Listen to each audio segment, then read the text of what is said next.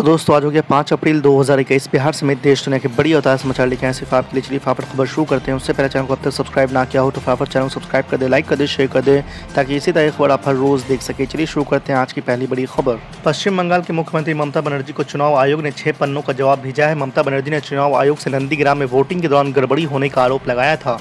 उनका कहना था कि सेंट्रल फोर्स के जवानों ने लोगों को वोट नहीं डालने दिए हैं। इन्हीं आरोपों पर चुनाव आयोग ने अपना जवाब दिया है। आयोग ने ममता बनर्जी के लगाए सभी आरोपों को खारिज करते हुए कहा है कि वोटिंग के दौरान किसी तरह की कोई गड़बड़ी नहीं हुई है। आयोग ने सबूत के तौर पर सीसीटीवी फुटेज का जिक्र भी किया है। आपको बता दें कि ममता बनर्जी ने नंदीग्राम में प्राइमरी स्कूल में बने बूथ नंबर 7 में गड़बड़ी होने का आरोप लगाया था।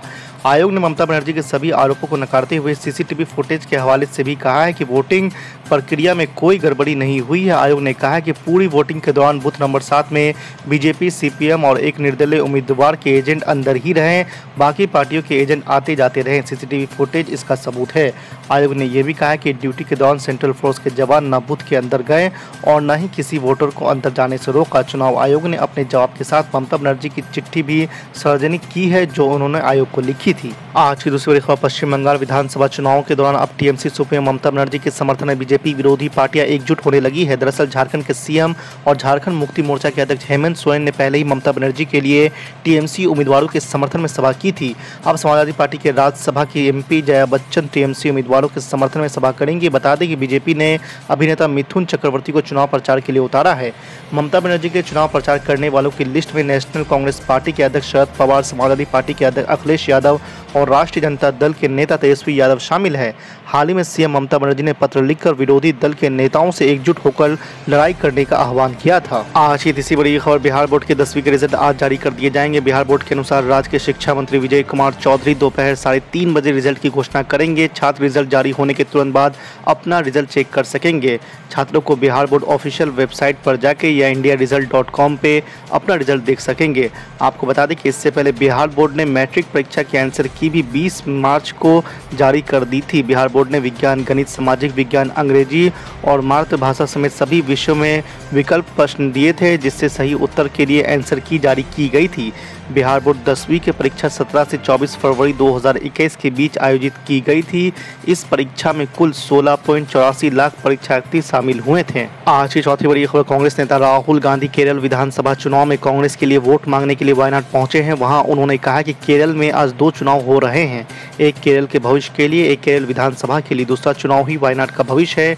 हमारे पास केरल के लिए एक विजन है। आपको बता दें कि राहुल गांधी ने केरल के प्रत्येक आदमी को न्यूनतम 6,000 रुपये महीने देने का वादा करते हुए कहा है कि ऐसा पहली बार हो रहा है केरल के इतिहास में। हम प्रत्येक आदमी को न्यूनतम आय देने का वादा करते हैं। प्रत्येक आदमी के खाते में हर महीने 6,000 रुपये आएंगे। ये केरल से गरीबी ख़त्म करने के लिए एक कदम होगा। इसके बाद लाखों लोगों की ज़िंदगी बदल जाएगी। केरल में कोई भी आदमी ऐसा नहीं होगा जिसकी सालाना आय 72,000 रुपये से कम हो। हम सभी को न्यूनतम आय देंगे। आपको बता दें कि राहुल गांधी ने कहा है कि बहुत सी ऐसी चीज़ें हैं जिन्हें यूडीएफ केरल के लोगों के लिए कर सकती है। आज की 5वीं बड़ी खबर। बिहार की राजनीति में प्रमुख विपक्षी पार्टी राष्ट्रीय जनता दल तीसरे फ्रंट के दलों को निशाना बना रही है। वैसी पार्टियां जो ना तो राजद के साथ है और ना भाजपा जेडीयू के, उनके नेताओं और कार्यकर्ताओं को लगातार राजद में शामिल कराया जा रहा है। आपको बता दें कि जन अधिकार पार्टी के प्रदेश महासचिव श्रवण कुमार उर्फ भोला समेत कई नेता कार्यकर्ता राजद में शामिल हो गए हैं। जब 50,000 से ज्यादा मुसलमान रिलीफ कैंपों में रह रहे थे, 30 अप्रैल 2002 को जब पार्लियामेंट में गुजरात के फसादात के ऊपर डिबेट हो रहा था, यही डीएमके नरेंद्र मोदी और अटल बिहारी वाजपेयी का सपोर्ट किया। आप जाकर देख लो। और एडीएमके आज नरेंद्र मोदी के साथ बूथ में बैठकर चाय पी रही है। तो मैं आपको ये भी बताना चाह रहा हूं कि पार्लियामेंट में जब CAA का CAB के बिल के ऊपर डिबेट हुआ, मैंने पूरी पार्लियामेंट के सामने उसको अनकॉन्स्टिट्यूशनल बिल करार देकर उस बिल को फाड़ दिया। और उसके बाद जब मैंने वोटिंग का मुतालबा किया स्पीकर साहब से, डिवीजन का मुतालबा किया, तो मुझे सिर्फ 6 वोट मिले। डीएम की तमिलनाडु से आपने 38 MPs डीएमके, कांग्रेस और मुख्तलिफ उनके अलायंस पार्टनर को आपने कामयाब किया। ये किसी ने भी, ना डीएमके ने, ना कांग्रेस ने, ना उनके अलायंस ने वोट दिया।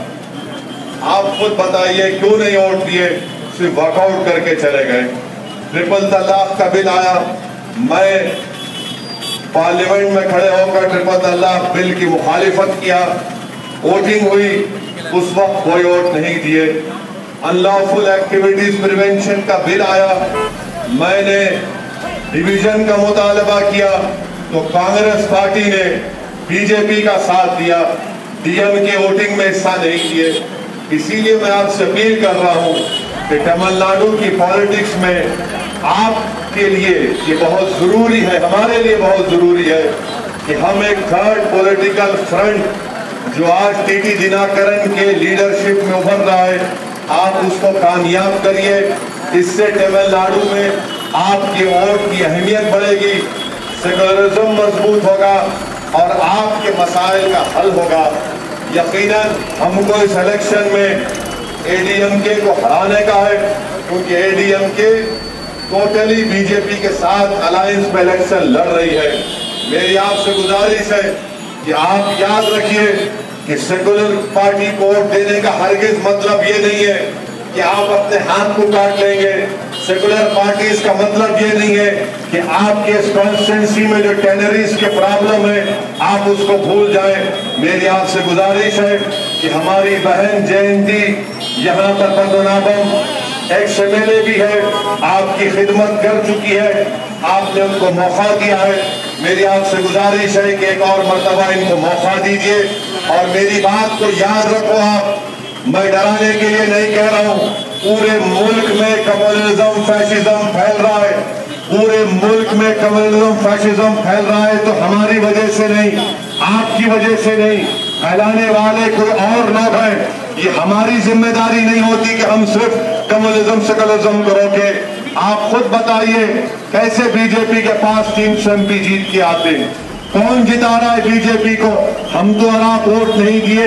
इसीलिए मेरी आपसे अपील है कि पूरे मुल्क में फिरका परस्ती फैल रही है, कम्युनिज्म फैल रहा है, फैशिज्म फैल रहा है। मेरी आपसे गुजारिश है कि आप इस मौके पर मुत्तहिदा तौर पर एडब्ल्यूएमके के पार्टी के उम्मीदवार जयंती पद्मनाभन को देकर कामयाब करिए। प्रेशर कुकर उनका निशान है। मैं माजरत चाहता हूँ, माफी चाहता हूँ, क्योंकि मगरिब की अज़ान करीब में शुरू होने वाली है। इसीलिए आपसे अपील कर रहा हूँ कि सेकुलरिज्म के फिर कम्युनिज्म के बातों में आकर आप इन तमाम पार्टीज को वोट मत दीजिए जो हमेशा से बीजेपी का साथ दिए। मेरी बात को याद रखो आप कि 2 साल के बाद, 2.5 साल के बाद अगर मुल्क में पार्लियामेंट इलेक्शन के चुनाव होंगे, तमिलनाडु में बीजेपी बढ़ेगी। डीएमके के इलेक्शन मैनिफेस्टो में 25,000 से 1 लाख रुपए देने की बात रखी गई जो काशी और मथुरा की मंदिर को जाएंगे। बताइए आप किस बुनियाद पर? डीएमके तो ये तमिलनाडु, पेरियार और अन्नादुराई की सरजमीन है। कैसे डीएमके अपने इलेक्शन मैनिफेस्टो में इस तरह की बात करती है? 1,000 करोड़ रुपये मंदिर को देंगे, 200 करोड़ रुपये मस्जिद को देंगे।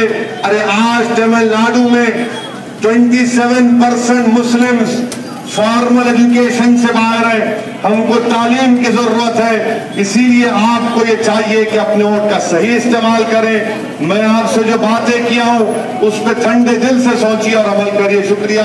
अस्सलाम वालेकुम व रहमतुल्लाहि व बरकातहू।